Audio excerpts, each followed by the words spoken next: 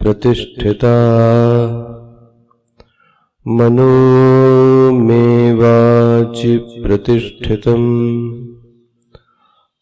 आविरावीर्मैधि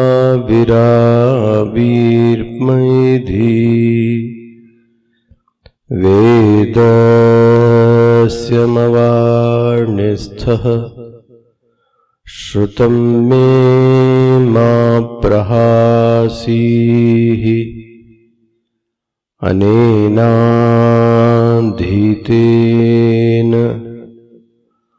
अहोरात्रान् सन्दधामि ऋतं वदिष्यामि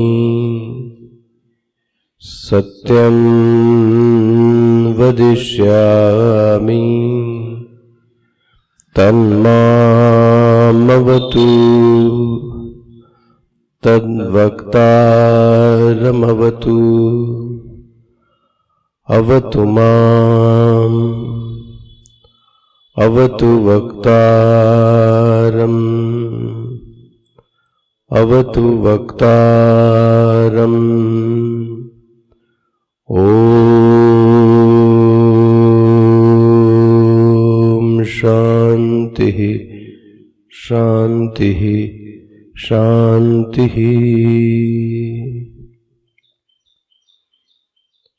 सदाशिवसमारम्भां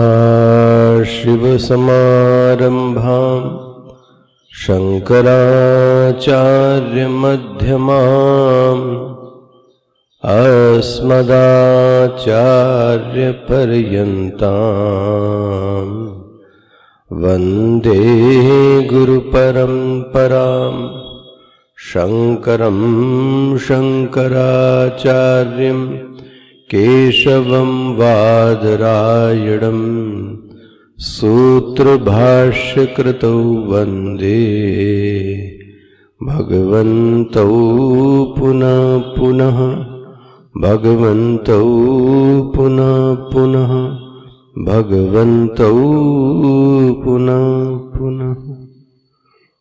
ओम सहना भवतु सहनौ भुनक्तु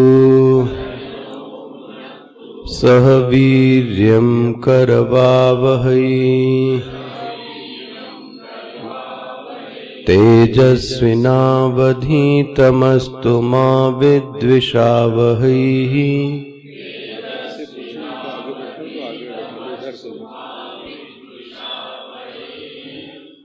ओम शांति शांति शांति।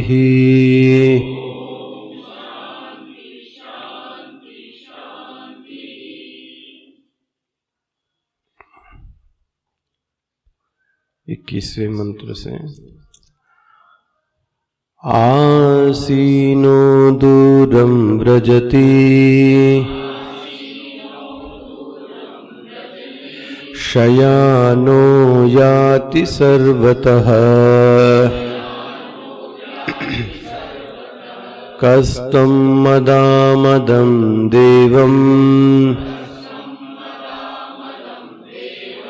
मदन्यो ज्ञातुमर्हति अशरीरं शरीरेषु अनवस्थेष्वस्थितम् महान्तं विभुमात्मानं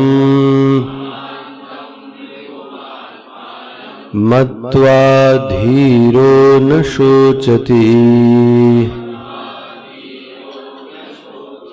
नायमात्मा प्रवचनेन लभ्यः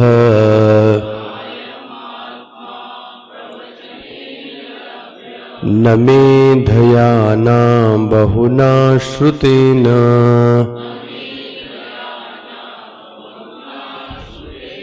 यमेवैष वृणुते तेन लभ्यः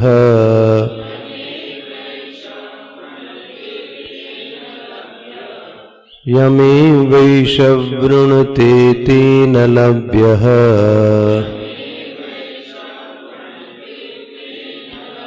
तस्यैष वात्मा विवृणुते तनुं स्वाम।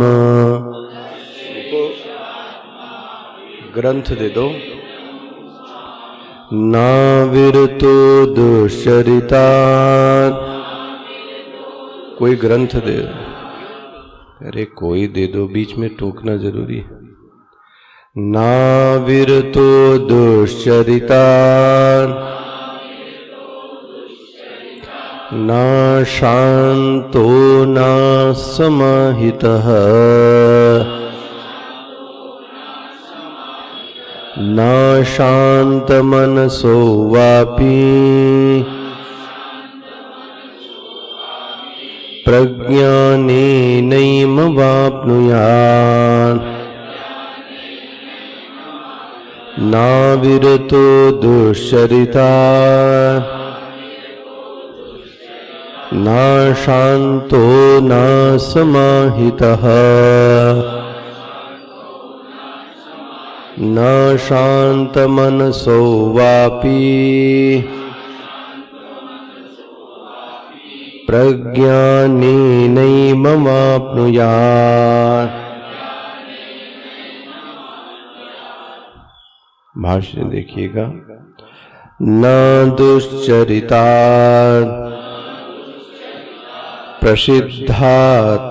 प्रसिद्धात् श्रुति स्मृति अविहितात् पापकर्मणः अविरतः अनुपरतः नापि इंद्रियलौल्यात् अशान्तः अनुपरतः न अपि समाहितः अनेकाग्रमनविक्षिप्तचित्तः समाहितचित्तः अपि सन् समाधानफलार्थित्वात् न अपि शान्तमनसः व्यापृतचित्तः वा प्रज्ञानेन ब्रह्मविज्ञानेन एनं प्रकृतम् आत्मानम् आप्नुयात् यस्तु दुश्चरिताद् विरतः इंद्रियलौल्यात् समाहितचित्तः समाधानफलात् अपि उपशान्तमानसः च आचार्यवान् प्रज्ञानेन एनं यथोक्तम् आत्मानं प्राप्नोति इत्यर्थः।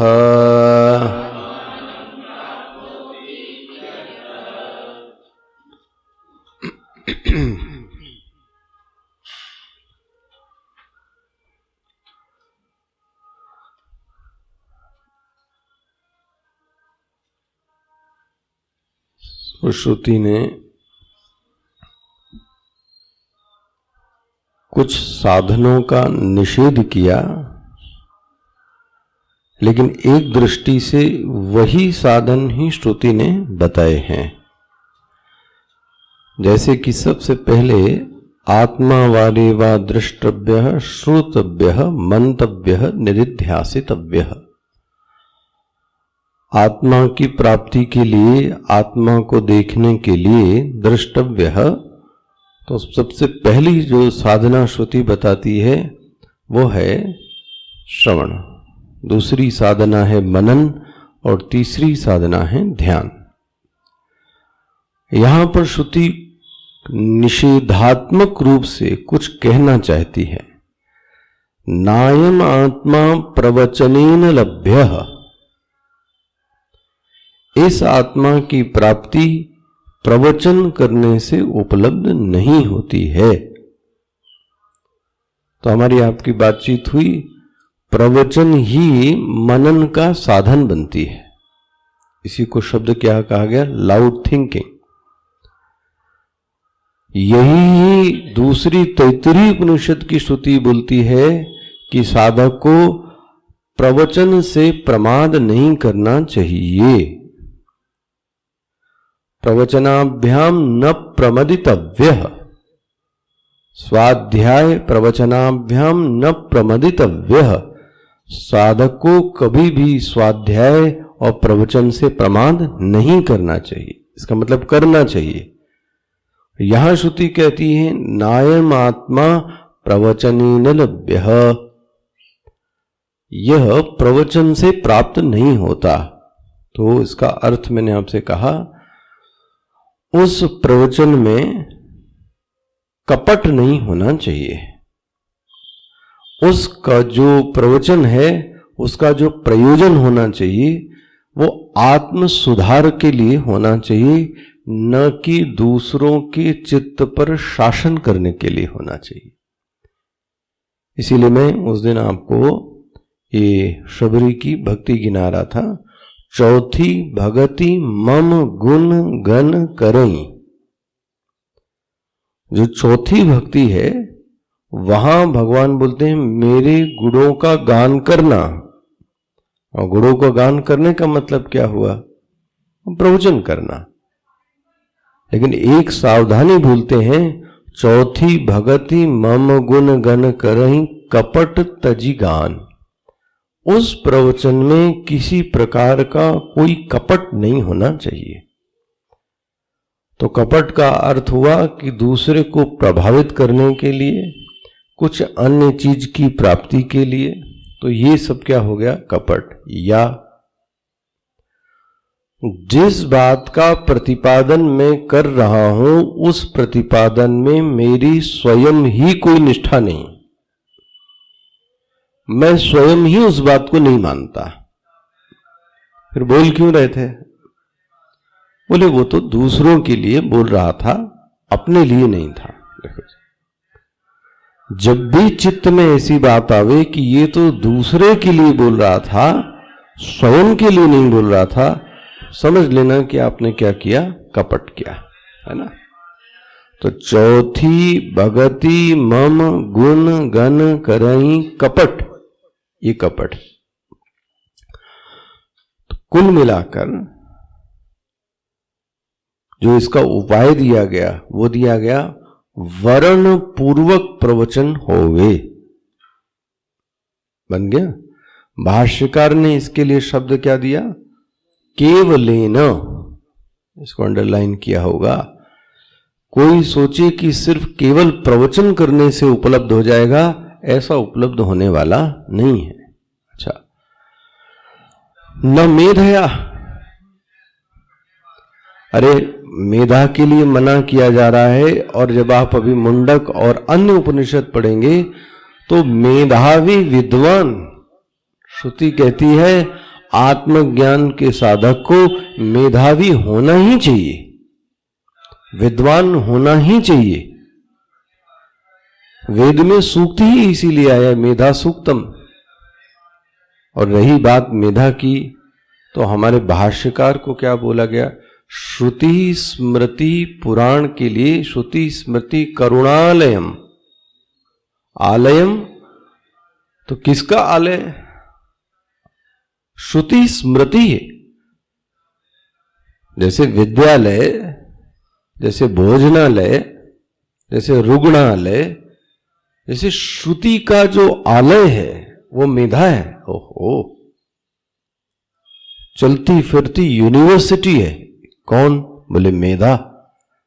श्रुति नहीं, स्मृतियों का भी ज्ञान उस मस्तिष्क में उसको क्या बोलेंगे? आलयम। तो श्रुति स्मृति आलयम करुणालयम। यहां क्या बोले? न मेधया। यदि मेधा सिर्फ दूसरों को प्रभावित करने के लिए है, वर्ण पूर्वक मेधा नहीं है, या बहुत सुनता है लेकिन वर्ण पूर्वक श्रवण नहीं है, ऐसे व्यक्ति को आत्मा की प्राप्ति नहीं होती है। यह स्पष्ट हो गया? इस पर चर्चा हो चुकी। अब आगे से इसको सुनिए।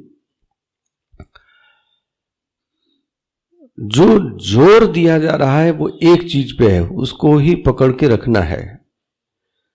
सब चीजें होवे वर्ण पूर्वक होवे।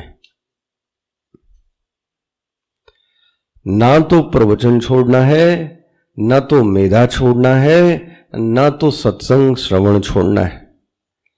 इन तीनों साधनाओं में सबसे बड़ी चीज है, इन साधना के आगे वर्ण लगा लेना है। ये वर्ण पूर्वक करना है। वर्ण मतलब अन्यत्र पश्यन्, अन्यत्र शरणम अपश्यन्, ये वर्ण है। मुझे इसके अलावा चित्त में दूसरा विकल्प भी नहीं होना चाहिए। ये है, इसको ही पकड़ के रखना। यदि विकल्प भी मौजूद है तो समझ लेना कि ये वर्ण नहीं हुआ। जैसे एक पुरुष ने स्त्री का वर्ण किया तो अब उसके लिए अन्य द्वार क्या हो गए? सब एक का वर्ण कर लिया। तो अन्यत्र शरणम, कहीं अन्य शरण देखना क्या होनी चाहिए? फिर कोई और समाधान नहीं होना चाहिए। अच्छा, अब साधना के लिए देखो, श्रवण तो ऐसा होना चाहिए, वो श्रवण के लिए कह रहा हूं, कि श्रवण करते करते चित्त श्रवण में तदाकार हो जावे। ये श्रवण की सफलता है। ये श्रवण करने का तरीका है। श्रवण कैसे होए? श्रवण करते करते समय जो श्रवणीय विषय है उस विषय के अनुरूप चित्त तदाकार वृत्ति को बनाने लगे। मैं आपसे कुछ वर्णन करूं कि एक उपवन है, उपवन में शाम हो गई, चंद्रमा निकल आया, पेड़ पत्ती अपने अपने को स्थान को मुरझाने लगे। अब आप ऐसा वर्णन सुनो तो आपके चित्त में क्या हुआ? तदाकार वृत्ति बनना। इसको बोलते हैं तदाकार। इसी तरह से ब्रह्म के बारे में सुनने पर ब्रह्म के जैसी तदाकार चित्त वृत्ति का निर्माण हो जावे। यदि तदाकार वृत्ति का निर्माण हो रहा है तो जो श्रवण की साधना है तो सार्थक है।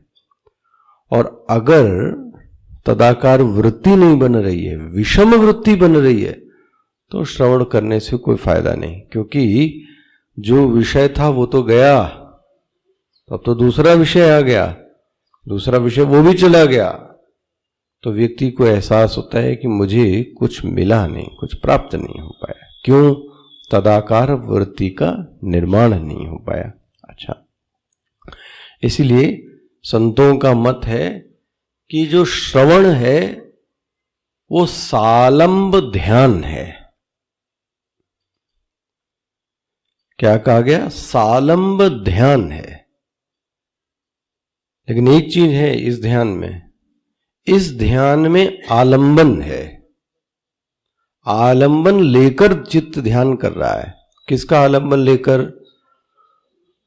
तो पहला तो इंद्रियों का लिया, फिर शास्त्र का लिया, फिर गुरु का लिया, कितनी चीजों का आलंबन लेकर क्या कर रहा है, श्रवण कर रहा है। बस ये याद रखिएगा, श्रवण करते समय चित्त की वृत्ति कैसी हो जावे, तदाकार। तो इसको क्या बोलते हैं, श्रवण जो कैसा है, सालंब ध्यान है। ये सभी के सभी साधन असमर्थ हो जाते हैं, अपने हाथ खड़े कर देते हैं। कब? बोले जब चित्त में वर्ण नहीं होता। इसलिए मैं बार बार जोर दे रहा हूं, ये अगर एक बार क्लिक हो गया दिमाग में तो ये मंत्र फिर स्पष्ट हो जाएगा। अगर वर्ण नहीं है तो श्रवण करते हुए भी चित्त कैसा रहेगा, असमर्थ रहेगा। वो चीज को प्राप्त नहीं कर पाएगा जो उसको प्राप्त करना चाहिए। देखो, अच्छा, तो मेरे ख्याल से ये मंत्र आपको स्पष्ट हो चुका होगा। इसकी गहराई को ध्यान में रखिएगा। अब श्रुति अंतरंग साधनों को बता चुकी। ये जो साधन बताए गए ये सब कैसे थे, अंतरंग साधन। क्या है अंतरंग साधन? पहला तो वरण हुए, वरण हुए, फिर श्रवण हुए, फिर ग्रंथ को धारण करने की मेधा होवे। ग्रंथ धारण अर्थ मेधा, ग्रंथ को भी धारण करे और ग्रंथ के अर्थ को भी धारण करे। इसको बोला गया ग्रंथार्थ धारण। और तीसरा बोला गया प्रवचन, मनन के लिए। तो ये कुल मिला के जो ये 4 साधनाएं बन गई। ये 4 साधनाएं कैसी हैं? अंतरंग साधना है। तो बोले साधनाएं भी कई प्रकार की होती हैं? बोले हां। तो ये हो गई अंतरंग साधना। इनको पुष्ट करने के लिए, अंतरंग साधनाओं को पुष्ट करने के लिए बहिरंग साधनाएं होती हैं। और अब श्रुति क्या कह रही है, मैं तुमको बहिरंग साधना के बारे में बताने जा रही हूं। देखो जी, तो ये जो आपका 24वां मंत्र है, 24वां, ये किस लिए है? बोलते हैं ये आपको अंतरंग साधना को पुष्ट करने के लिए बहिरंग साधना का उपदेश दिया जा रहा है। स्पष्ट हो गया? तो जो 24वां श्लोक है वो किसका है? बहिरंग साधना का। क्या है जरा देखिए। श्रुति कहती है यदि यह नहीं किया इसने तो इसका कुछ नहीं हो सकता। ऐसा इस भाषा में उपदेश करती है। अगर इसने ये नहीं किया, दूर नहीं किया अपने आप को, तो ये स्वप्न है इसके लिए आत्मज्ञान। देखो जी, कभी भी इसको आत्मज्ञान प्राप्त नहीं हो सकता। इस भाषा में बात करती है। देखो पहला क्या है, ना विरतो दुश्चरितात ना शांतो न समाहितः। जो दुराचार से विरक्त नहीं हुआ है उसके लिए यह आत्मज्ञान नहीं है। देखो स्पष्ट हो गया पहला उपदेश। जो चित्त दुराचार से विरक्त, ना विरतो, मतलब तोड़ के पढ़िएगा, न अविरतः दुश्चरितात। दुश्चरित्र से जिसका चित्त विरत नहीं हुआ है, मतलब अभी भी उसके चित्त में दुष्चरित्र की ही बातें आ रही हैं, ऐसा व्यक्ति आत्मज्ञान उसके लिए स्वप्न है। स्वप्न कभी भी प्राप्त नहीं हो सकता। देखो ये किस स्तर का सत्य है? आचरण के स्तर पर, व्यवहार के स्तर पर। तो इसको फिर से साधना के स्तर पर देखिए।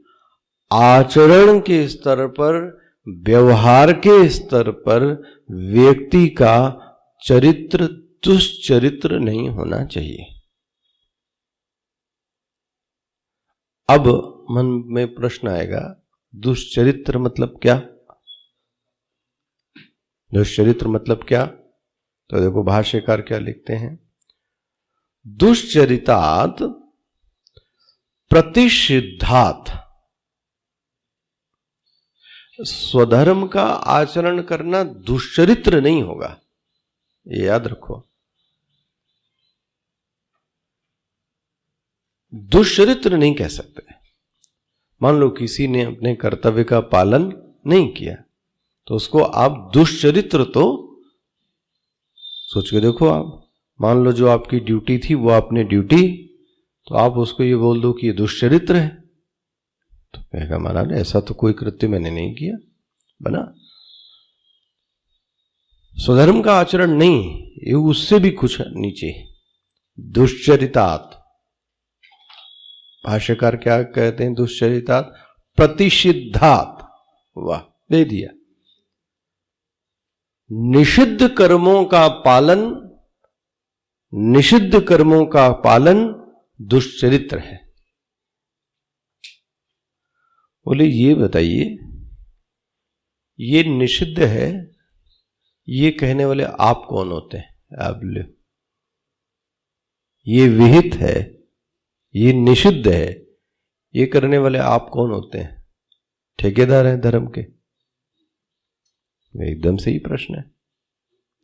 श्रुति ही, देखो कैसे भाष्यकार इसको स्पष्ट करते हैं, ये विहित है, ये निषिद्ध है, इसका फैसला व्यक्ति नहीं करेगा। व्यक्ति तो स्वार्थ के अनुसार करेगा। श्रुति ही, इसलिए भाष्य पे उंगली रखते हुए देखिएगा, न दुष्चरितात्। दुष्चरितार्थ का अर्थ क्या दिया? प्रतिषिद्धात्। किसने प्रतिषिद्ध किया? बोलते हैं श्रुति स्मृति, स्मृति विहितात्। श्रुति और स्मृति ने ये बताया कि ये विहित है और ये निषिद्ध है।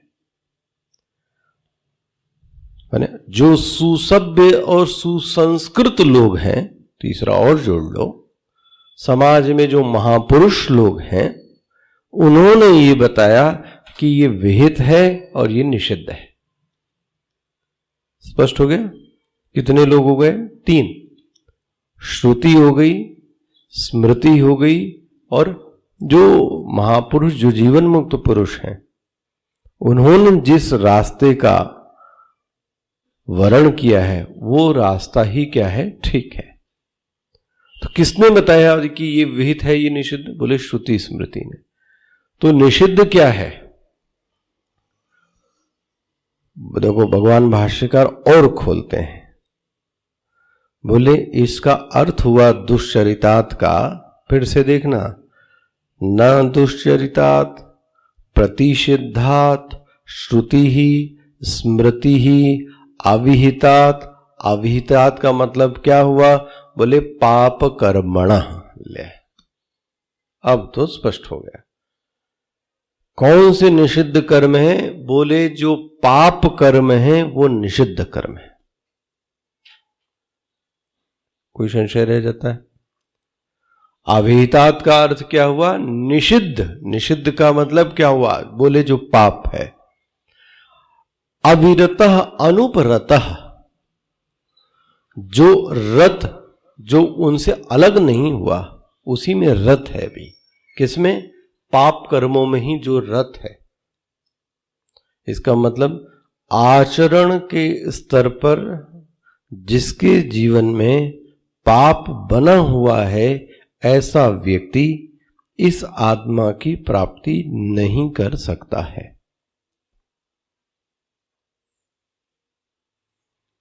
अच्छा, अब पूछा जाए, हाँ, नहीं, पाप क्या है?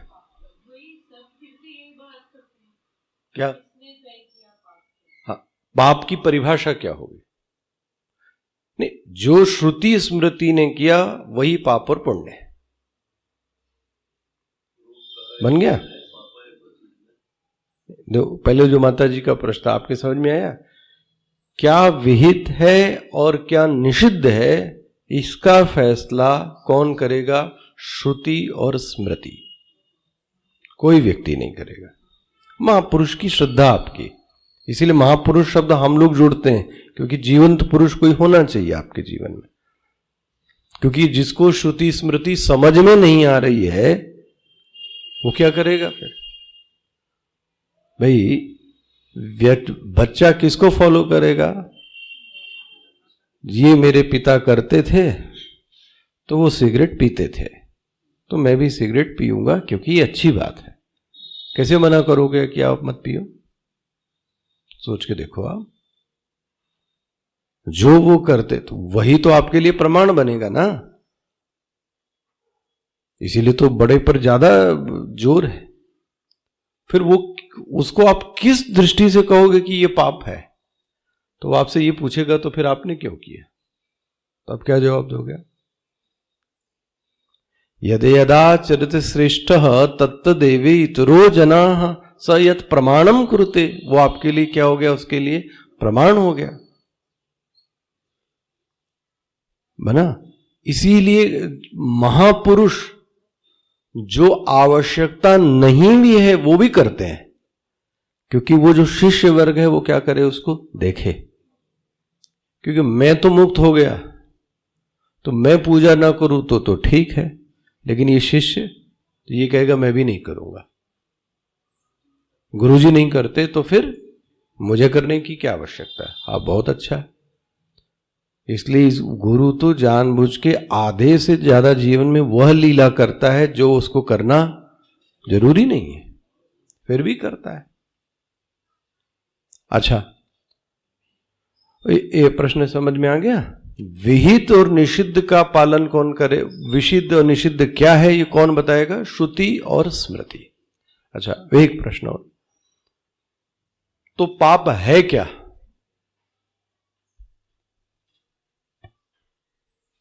ये भी तो मन में प्रश्न आना चाहिए भाई। हाँ,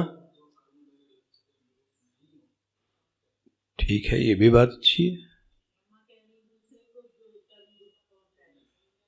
अब अच्छाई के लिए दुख पहुंचाया जा रहा तो अच्छी बात है। और दुष्टता कर रहा था, एक चोरी कर रहा था तो पुलिस वाले ने उसको मारा।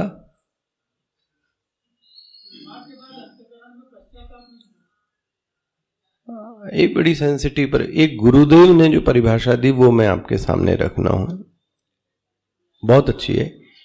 Any action against your evolution that is sin. बहुत ही सुंदर, बड़ी मॉडर्न, और कोई परिभाषा में दोष नहीं। Any action against your evolution, आपकी उन्नति के लिए जो बाधा करता है, और कैसी उन्नति? आत्मोन्नति। ये बाहर वाली नहीं, प्रॉस्पेरस की लाइफ की बात नहीं कह रहा हूं मैं। आपकी आत्मोन्नति करने में जो कर्म बाधा करते हैं वो सब के सब कर्म क्या है? पाप है। अब देखो आप, कितनी वास्ट परिभाषा है, डेफिनेशन। अब देखो आप अपने अपने में खुद देख लो कौन सा पाप है, क्या पुण्य है, और सबका अलग अलग। Any action against your evolution that is sin. तो विकास के विरुद्ध, आत्म विकास के विरुद्ध कोई भी चीज हो जो आपके विकास को क्या कर रही हो? रोक रही हो, वो आपके लिए क्या है? वो पाप है। जैसे कि देखो, आप एक एग्जाम्पल देते हैं। एक छोटे बच्चे ने कोई एक गलत कर्म किया, और वही कर्म उसके कुछ बड़े भाई ने किया, किसी बड़े व्यक्ति ने किया। वो भी उम्र में है, थोड़ा बड़ा है उससे, 15 साल का है, 14 साल का है, 17 साल का है। और जब उसने वो काम किया तो उसको बहुत डांट पड़ी, और जब वो 5-7 साल का बालक कर रहा था दूसरा, तो किसी ने कुछ नहीं डांटा। तो भाई उसको क्यों डांटा गया? उसको क्यों डांटा गया? क्योंकि वो कर्म उसकी उन्नति में, क्योंकि अभी उसका स्वधर्म तो कुछ खास बना नहीं है, लेकिन वो कर्म उसकी उन्नति में क्या बन जाएगा? बाधा। तो छोटे बच्चे को तो नहीं डांटा क्योंकि वो तो एकदम ही अबोध है। बड़े को क्यों डांटा? तो कभी आप सोच के देखना किसके कारण उस व्यक्ति को आपने डांटा। तो आप उसका क्या देखते हैं? भविष्य। भविष्य में भी क्या देखते हैं? यदि ये दुर्गुण इसमें बना रहा तो ये व्यक्ति फिर कभी भी आगे बढ़ नहीं पाएगा। और आत्मोन्नति के क्षेत्र में आ जाएं तो बहुत बड़ा एरिया हो गया अब आपके लिए। अगर आप गलत वचन बोलते हैं तो गलत वचन बोलना भी क्या हो गया? पाप है। हिंसा करते हैं, वाचिक हिंसा, मानसिक हिंसा, ये भी क्या हो गया आपके लिए? क्योंकि आपकी उन्नति नहीं हो सकती अब। हां, ये खुद आप करके देखना कि आपकी उन्नति में बाधक बन रहा है या आपकी उन्नति में साधक बन रहा है। इसका फैसला आपको करना है और अपना अपना खुद देख लो। आप स्पष्ट आता है? अच्छा, इसी से एक एग्जाम्पल देता हूं आपको। जो एक बार ऐसा एक हमारे यहाँ की जिनमें मिशन की वर्ल्ड कॉन्फ्रेंस हो रही थी, सभी वर्ल्ड के सेंटर, सब एक एक रिप्रेजेंटेटिव गए थे। बहुत पहले 1980 की बात है। तो उस समय कोई एक इंटरव्यू था, बड़ा उसका नाम था। तो वो हमारे हिमाचल आश्रम पर आया और उसने गुरुदेव का कुछ इंटरव्यू लिया, जो दूरदर्शन पे आया होगा, इंटरनेशनल कैंप का। उस समय बहुत सारे फिलोसोफर्स उनके समय में चल रहे थे, मैं नाम बताता हूं। तो उस इंटरव्यू वाले ने एक चीज ये पूछी कि यदि आप लोग जो पाठ पढ़ाते हैं वो इंद्रिय संयम का पढ़ाते हैं, इसकी जरूरत क्या है? आपको नहीं लगता कि आप दमन कर रहे हो? आप साधकों की इंद्रियों के मन को क्या कर रहे हैं? आप दमन कर रहे हैं, उनको रोकते हैं। देखो जी, ऐसा उसका सब इंग्लिश में बहुत बड़ा इंटरव्यू है, पढ़िएगा।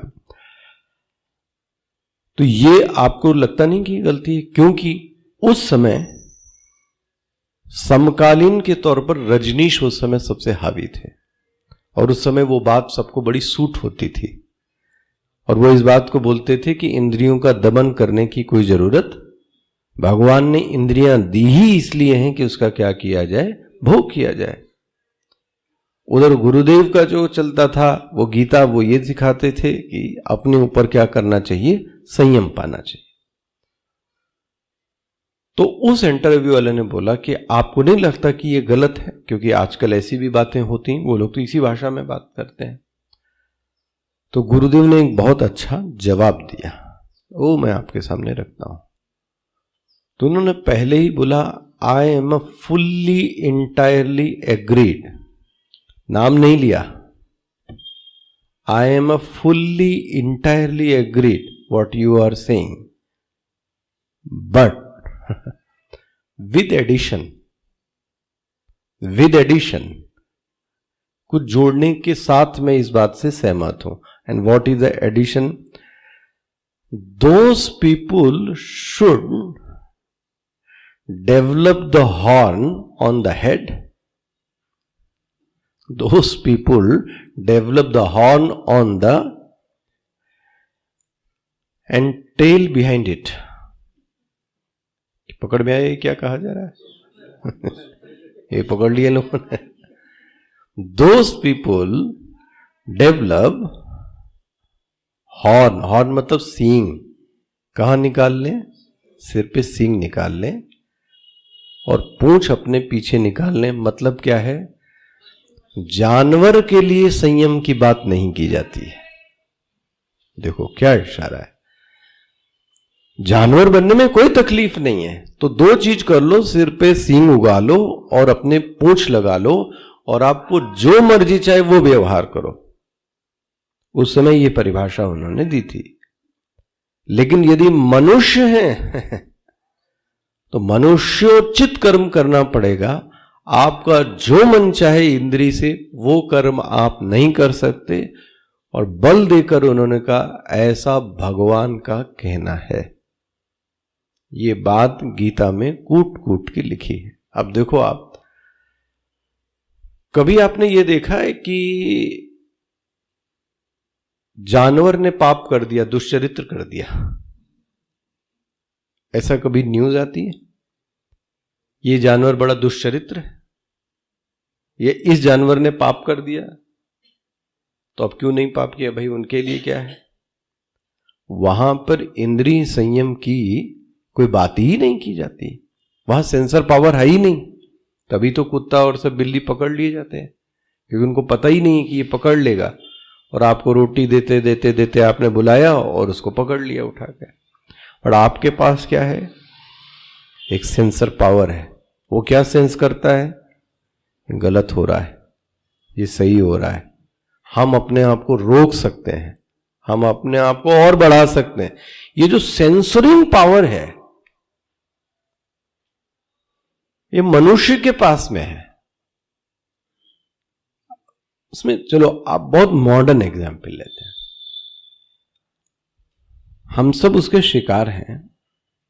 जब आप मोबाइल हाथ में लो और उसको ज्यादा देखो तो आपको अंदर से आवाज आती कि नहीं आती है? क्या आवाज आती है? ये क्या है? ये सेंसरिंग पावर नहीं है। आप खुद कर, तो आपको एक दिन डांट रहे थे ना मिश्रा जी को, आवश्यक है तो देख लो। बिना आवश्यकता के भी हम लोगों की आदत क्या है पता है? पट। और हमने अच्छा लेना देना कुछ नहीं है, ये क्यों हुआ? सेंसर पावर खत्म हो रही है हमारी। पहचानना जरा अपने, आपकी सेंसरिंग पावर घट रही है। अच्छा, एक तरफ वहां पे आवाज भी आ रही है। क्या आवाज आ रही है? I am doing wrong thing, I am doing wrong thing. ये बात एकदम सही।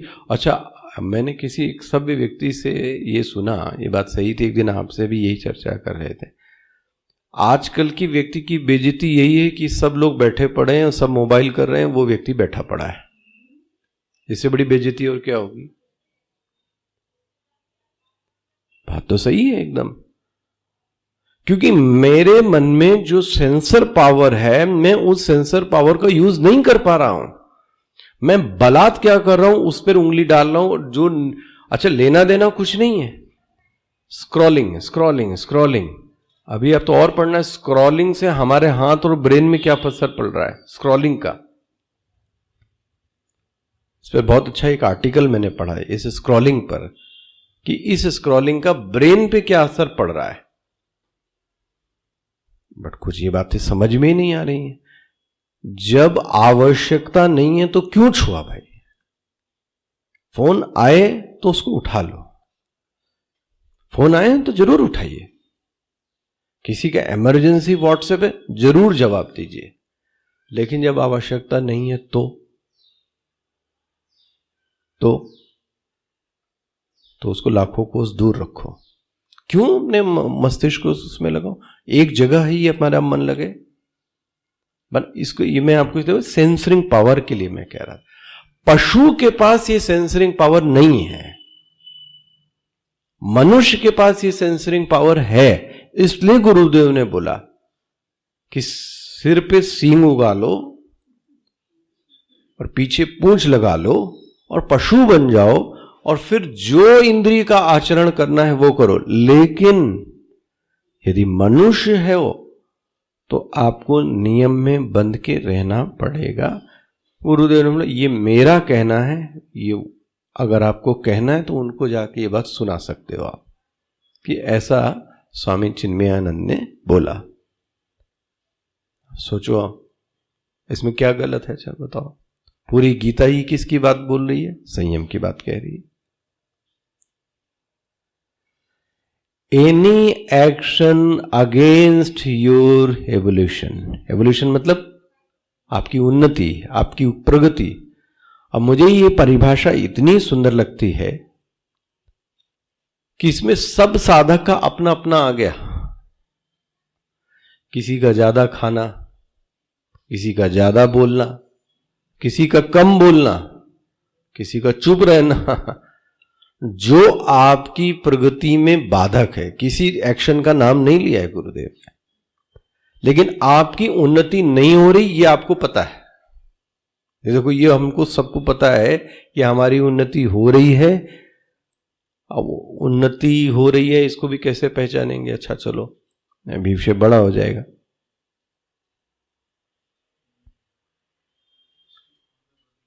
हाँ, और प्रैक्टिकल और आ जाओ। चित्त में आनंद की स्फुरणा होनी चाहिए, भोग रहित, भोग वाला सुख नहीं। चित्त में आनंद का समुद्र होना चाहिए, वो व्यक्ति आनंदित होना चाहिए।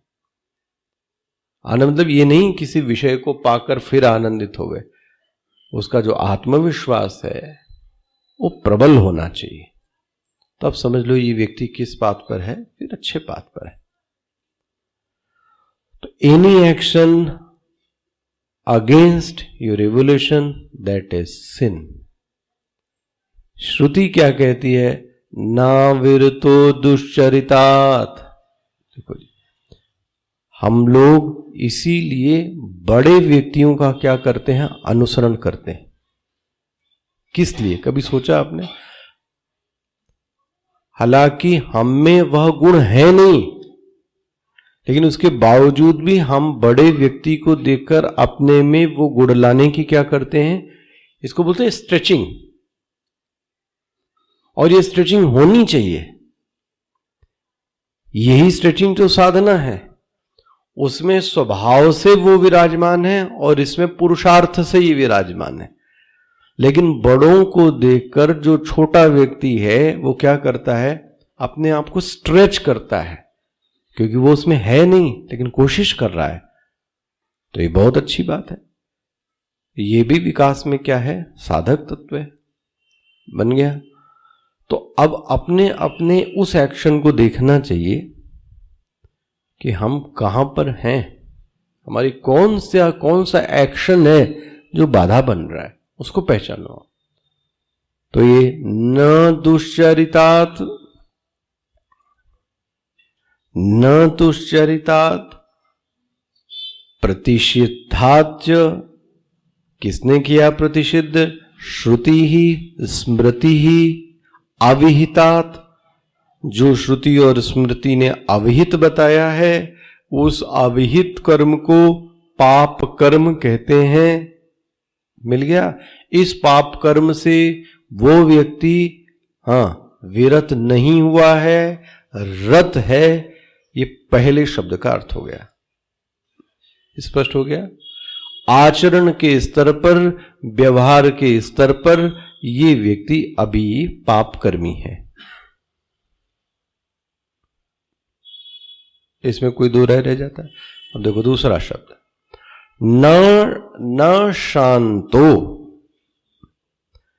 मैं इसलिए कह रहा हूं, इसके भाष्य को थोड़ा सा देखो। मैंने जब देखा न शांतो न समाहितः, और दूसरी लाइन में फिर आ गया न शांतो मानसो वापी। इसका मतलब दो बार शांत क्यों आ रहा है? दोनों शांत के अलग अलग अर्थ हैं, इसको सावधानी से लीजिएगा। न शांतो, देखो जी क्या अर्थ करते हैं न शांतो का? न अपि इंद्रिय लौल्यात अशांत अनुपरतः। मिल गया? मिल गया? क्या बोला? अपने आप बताइए, अशांत का अर्थ क्या दिया है? न अपि इंद्रिय लौल्यात। अशांत, दा को क्या पढ़ेंगे, है ना, उसको हलंत करके आधा करेंगे और क्या ले आएंगे? लौल्यात। तो द का तो त क्यों किया? जो पहला वर्ण होता वो होता है त, थ द ध, तो द इसका तीसरा है।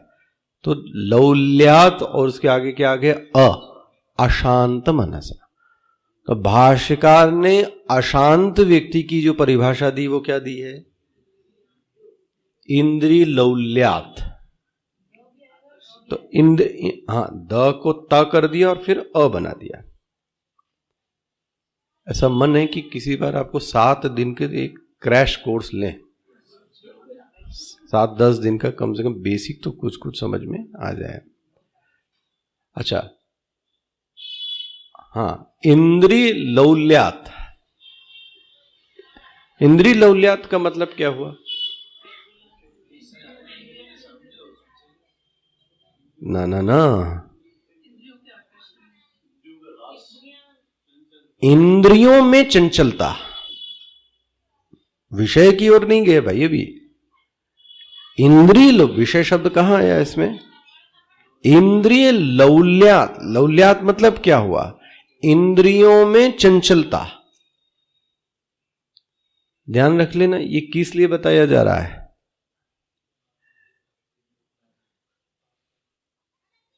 ये बहिरंग साधन है। ये बहिरंग साधन अंतरंग साधन को क्या करेंगे? मैं तो आपको दिखा भी सकता हूं कैसे हो रहा है ये कैसे तार गया है। देखो, आप हम इंद्रिय लौल्यात को दिखाते हैं अंतरंग साधन से आपको। मान लीजिए आप बैठे हैं और आप श्रवण कर रहे हैं, तो श्रवण कौन सी साधना हुई? अंतरंग। और आपका हाथ हिल रहा है, ऐसा हाथ हिल रहा है कि माइक ही गिरा चला जा रहा है, दोनों हाथ दाम दुड़ो। हमारे स्वामी जी इसके बहुत विरोधी थे, बहुत विरोधी। ये दोनों हाथ कभी नहीं आने चाहिए, ये और ना कभी ये धक्का लगना चाहिए। वो ये बोलते थे, ये ब्रह्म ज्ञान सत्वगुण में हो रहा है कि रजोगुण में? बहुत विरोधी थे इस बात के। कई वक्ता लोग तो दाम दुड़ू करना स्टार्ट कर देते, दौड़ दौड़ ये। ना ना ना ना, चित्त कैसा हो, वो देखने वाला भी चंचल हो जाएगा। एकदम ऐसा हुए कि ध्यान लग जाए, समाधि लग जाए, जैसे हमारे स्वामी जी को आप देखते थे। वो है, वो सत्वगुण में बैठा हुआ व्यक्ति है, वो ब्रह्म ज्ञान में निष्ठ व्यक्ति बैठ के कर रहा है। मतलब इंद्रियों में कतई चंचलता नहीं होनी चाहिए। अच्छा, अब आपने क्या किया? इधर देखा, उधर देखा, फिर वहां देखा, फिर पैर हिलाया, फिर कुर्सी हिलाई, फिर बगल वाले के साड़ी कपड़ा, आपने इधर को पैंट शर्ट देखी। ये क्या हो रहा है? इस चंचलता का परिणाम क्या हुआ? जो श्रवण की तदाकार वृत्ति चल रही थी, वो वृत्ति क्या हो गई? और इस उपनिषद के प्रवचन में अगर एक बार कहीं तार हट गया और कहीं 4 बार ये अगर मन हट गया, तो आपको पता लगेगा कि वो जो विषय की सूक्ष्मता थी वो आपसे क्या हो गई? स्लिप हुई और आप गिरे। आपको खुद ही अंदर समझ में आता है, स्लिप हुए, हम गए क्योंकि हमको समझ में नहीं आया। तो किस चीज की जरूरत है? एकाग्रता की। एकाग्रता को भंग किसने किया? देखो, तो बहिरंग और अंतरंग दिख रहा है। श्रवण, यही चीज ध्यान में है, यही चीज जप में है, कि जप में आप एक साथ बहुत सारे काम कर रहे हैं। मोबाइल भी चला रहे हैं, टीवी भी देख रहे हैं, इधर उससे भी बात कर रहे हैं, जप भी कर रहे हैं। ये क्या हो रहा है फिर? कैसी इंद्रियां, ये किधर भाग रही है, किधर भाग रही है, किधर भाग रही है। इसलिए कहा जाता है कि शुरुआत में जब भी करें, जब ध्यान भी करें, तो अपनी आंखों को क्या करें? बंद कर लें। तो उससे मन क्या हो गया? धीरे, जैसे ही मन आंखें बंद करेंगे तो आपका 60% काम पूरा हो गया। एकाग्र होना चित्त प्रारंभ होता है। ये इंद्रिय लौल्यात है, इसी को इंद्रिय चांचल्य बोलते हैं। इंद्रियों में चंचलता, ठीक है। अच्छा, इंद्रिय चांचल्य में और देखो, इसी को पतंजलि ऋषि क्या बोलते हैं? अंगम अजेयत्वम। क्या बोला गया? अंगम अजेयत्वम। अपने अंग पर क्या प्राप्ति की जाए? विजय। तो श्रवण करते समय हमारे बहुत ज्यादा अंगों में क्या होनी चाहिए? चंचलता नहीं होनी चाहिए, एकदम स्थिर हो जावे। ये हो सकता है, होता है जब मन क्या हो जाता है? एकाग्र। जब मन एकाग्र नहीं होता है ना, तब ये सब चीजें चालू होती हैं। फिर पंखा भी देखेगा, लाइट भी देखेगा, पत्ती भी देखो आप नए श्रोता कभी कभी आते हैं तो आप उन पर वॉच करो तो उसका प्रभाव वक्ता पर भी बड़ा पड़ता है, फिर वो डिस्टर्ब होना चालू हो जाता है। तो ये बोला गया, इसलिए मैं इंद्रिय चांचल्य, इसको भाष्यकार ने बोला है इंद्रिय लौल्यात। देखो अशांति का सबसे जो स्थूल धरातल है, स्थूल धरातल, वह है इंद्रिय चांचल्य। मतलब जो अशांत चित्त है उसका सबसे स्थूल धरातल, ये चित्त अशांत होना कहां से प्रारंभ करता है? जब इंद्रियों में क्या आती है? चंचलता। तो हम लोग, इसकी साधना क्या है? जब भी आप 5 या 10 मिनट के लिए बैठें, जब भी बैठें तो कोशिश करें इंद्रियों में किसी प्रकार की कोई चंचलता नहीं होनी चाहिए। इसको योग सूत्र में अंगम अजेयत्वम, अंगों पर क्या प्राप्त करनी है? विजय। स्पष्ट हो गया ये इंद्रिय लौल्यात। अच्छा, अब तीसरा शब्द क्या है? हाँ, किसको आत्मा की प्राप्ति नहीं हो सकती? जिसका चित्त चरित्र ना विरतो दुश्चरिता। ना, देखो श्रुति कैसे एकदम न से बात करी, ऐसे व्यक्ति को प्राप्त नहीं हो सकता। न अशांत, ना मैं दिखा रहा हूं आपको, विरतो के आगे तो क्या लगाया? ना। मिल रहा है? अशांत के आगे तो क्या लगाया? ना। समाहिता के आगे फिर क्या लगाया? ना। फिर दूसरी लाइन में शांत के आगे क्या लगाया? ना। देख रहे हो, स्पष्ट कहती है ऐसे लोगों को आत्मा की प्राप्ति कतई नहीं हो सकती। भूल जाएं, बोले स्वप्न है। कौन से लोग? आचरण के स्तर पर जिनका आचरण ठीक नहीं है, पहला। दूसरा, इंद्रिय के स्तर पर जिनमें क्या है? चांचल्य है। तीसरा, न समाहितः न असमाहितः। मिल रहा है? बोलते न, भाष्य देखिएगा आखिरी, न अपि असमाहितः। बोले ये असमाहितः का अर्थ क्या हुआ? अनेकाग्र मन विक्षिप्त चित्त। देखो जी, मिल गया? अनेकाग्र मिल रहा है सबको?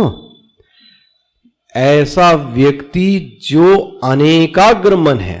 देखो अभी तक की कौन था? चंचलता कहां थी? इंद्रियों में। आपको 3 चीजें दिखाते हैं और सूक्ष्म चीजें। एक है आचरण के स्तर पर, एक है इंद्रिय के स्तर पर, और एक है मन के स्तर पर। तीनों अलग अलग है। पहला, ना विरतो दुश्चरितात्, आचरण के स्तर पर। इंद्रियों की चल पे चांचल्य। मन के स्तर पर अनेकाग्र मनसः। मिल गया? जिसका जो चित्त है वह अनेकाग्र है। देखो जी, अनेकाग्र है मतलब क्या? एक अग्र, देखो इसका जो शब्द है ओरिजिनल समाहितः, समाहिता है सम्यक प्रकारेण हितः। हिता मतलब रखना, निहितः निहितम गुहायाम, हिता मतलब निहिता। और अगर आपको अच्छी चीज चाहिए तो लो, जो सुना हुआ विषय है, जो आपने विषय को क्या किया है, सुना है, चित्त को सुने हुए विषय में रख देने का नाम समाहित है। क्या कहा गया? सुने हुए विषय को चित्त में रख देने का नाम। इसने लॉकर में वहां रख दिया, स्टोर कर दिया, ताली कुंजी लगा दी इसने, एकदम हितः अच्छी प्रकार से रख दिया। जिस विषय को भी इसने सुना उस विषय को चित्त में अच्छी प्रकार से रख देना, इसको बोलते हैं समाहिता। अब प्रश्न है क्यों नहीं रख पाया ये? मन एकाग्र नहीं है, अनेकाग्र। और इससे और पैदा हुआ एक और राक्षस। अब जब अनेकाग्र हो गया तो क्या हो गया पता है? इधर उधर, इधर वहां यहां। अभी देखो, अगर आपके मन में भी चल रहा हो, ना चले भगवान करे, अभी नाश्ता क्या मिलेगा, फिर खाने में क्या होगा? मान लो ये विषय अभी अभी चले आपके मन में, तो फिर कल शाम का क्या होगा, फिर परसों का क्या होगा, फिर यहां चले। तो जो चित्त है ये कैसा है? विक्षिप्त चित्त है। एक पागल वाला होता है, वो दूसरा है अर्धविक्षिप्त। ये विक्षिप्त चित्त है, और विक्षिप्त चित्त कभी भी ज्ञान को धारित नहीं कर सकता। उधव मन नाई 10-20, एक हतो सो गयो श्याम संग को आराधे। अब एक ही था, वो कोई लेके चला गया। अब किसको उपदेश सुना रहे हो तुम? ये देखो, अब एक ही तो मन आपके पास में है और आपने उसको 1000 जगह अभी लगा के रखा होवे, तो कहां से चित्त में धारित होगा? इसलिए भगवान भाष्यकार कितना स्पष्ट बोलते हैं, न अपि असमाहितः अनेकाग्र मनसः विक्षिप्त चित्तः। इसको बोलते हैं विक्षिप्त चित्त। एक ही समय में न जाने कहां कहां दुनिया को घूम रहा है ये, ऐसा व्यक्ति आत्मज्ञान को प्राप्त नहीं कर सकता। क्यों? ये श्रवण कैसे करेगा? अच्छा, फिर आ जाओ आप अंतरंग साधना। अंतरंग साधना श्रवण है। अनेकाग्र चित्त श्रवण को कैसे करेगा? अब आप देखो, आपके सामने अगर चित्त आपका ऐसा हो, कैसे श्रवण कर सकता है? श्रवण तो छोड़ो, अब ध्यान में कैसे जाएगा? ये मनन में कैसे जाएगा? देखो, इसलिए भगवान भाष्यकार ने बोला ये बहिरंग साधना है, और ये बहिरंग साधना आपकी अंतरंग साधना को क्या बनाएंगी? इसलिए ये चीजें, 3 चीजें गिना दी भी आपको। ना विरतो दुश्चरितात, ना शांतो, मिल गया, ना शांतो इंद्रिय चांचल्य, ना समाहितः अनेकाग्र मनसा विक्षिप्त चित्ता। 3 चीजें हो गई। चौथा और है ना शांत मन। अभी तक तो बोले उसकी बात कर रहे थे, अब बोले अभी तक जो बात कर रहे थे वो इंद्रिय अशांत की बात कर रहे थे, अब इंद्रिय अशांत की बात नहीं कर रहे हैं। न शांत मनसः, कल देखेंगे।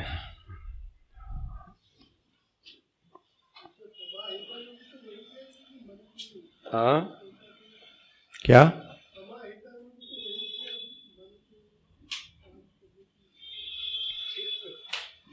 नहीं समझ पा रहा हूं आपका प्रश्न। समाहिता में किया, असमाहिता का अर्थ किया विक्षिप्त चित्तः। विक्षिप्त चित्तः अनेकाग्र मनसः, और उसका अर्थ क्या किया? अशांत का इंद्रिय लौलप्यात, इंद्रियों में चंचलता, एक दूसरे से सब कनेक्ट है। इंद्रियों में चंचलता होएगी तो उसका प्रभाव किस पे जाएगा? फिर मन अशांत होना प्रारंभ कहां से होता है? मन अशांत होना चाहिए। मन तो चुपचाप बैठा था, ठीक है, बड़ा शांत बैठा था। अब आंख ने वो देख लिया, अरे वाह, ये इसने किसको अशांत कर दिया? कोई स्वाद की नाक में महक आ गई, ओहो आज ये बना है, ले गया। कान में कोई शब्द सुन लिए, अब गया। किसने इसको डिस्टर्ब किया? इंद्रियों की चंचलता ने। इंद्रियों की चंचलता के कारण फिर मन भी क्या हो गया? फिर वो भी अनाएकाग्र हो गया। और दूसरा जो नाशांत है उसकी बात कल करेंगे, वो इससे सूक्ष्म है, वो ध्यानावस्था का है। क्या है? 10वां अध्याय। ओम श्री परमात्मने